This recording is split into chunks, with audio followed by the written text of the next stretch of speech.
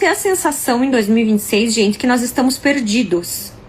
Desde o nosso trabalho, desde os nossos relacionamentos. É o ano da justiça.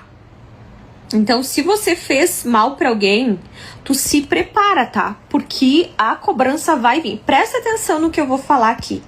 Se você fez mal pra alguém, se prepara, porque vai vir chumbo pro teu lado.